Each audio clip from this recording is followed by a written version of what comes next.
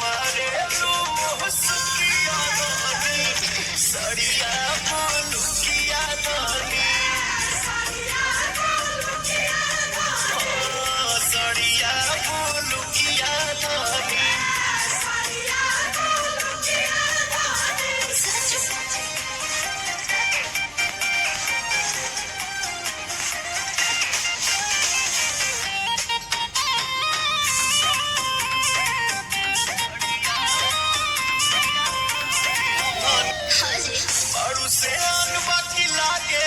makeup के जरूरत तारा नइखे मेकअप के जरूरत तारा नइखे बोला भाभी अब रजू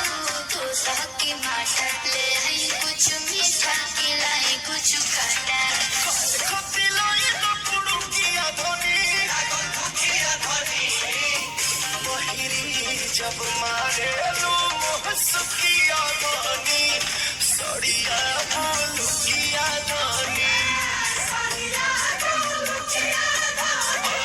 सड़िया बोलुकिया धनी